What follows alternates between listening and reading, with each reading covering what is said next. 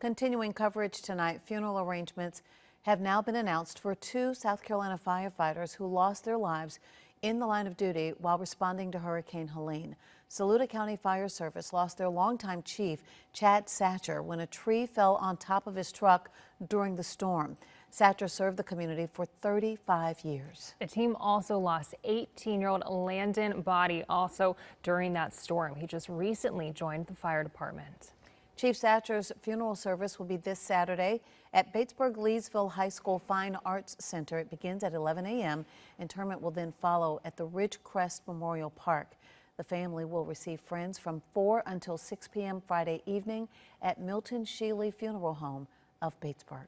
Body's funeral will be this Sunday at the Batesburg-Leesville High School Fine Arts Center. It will begin at 4 p.m.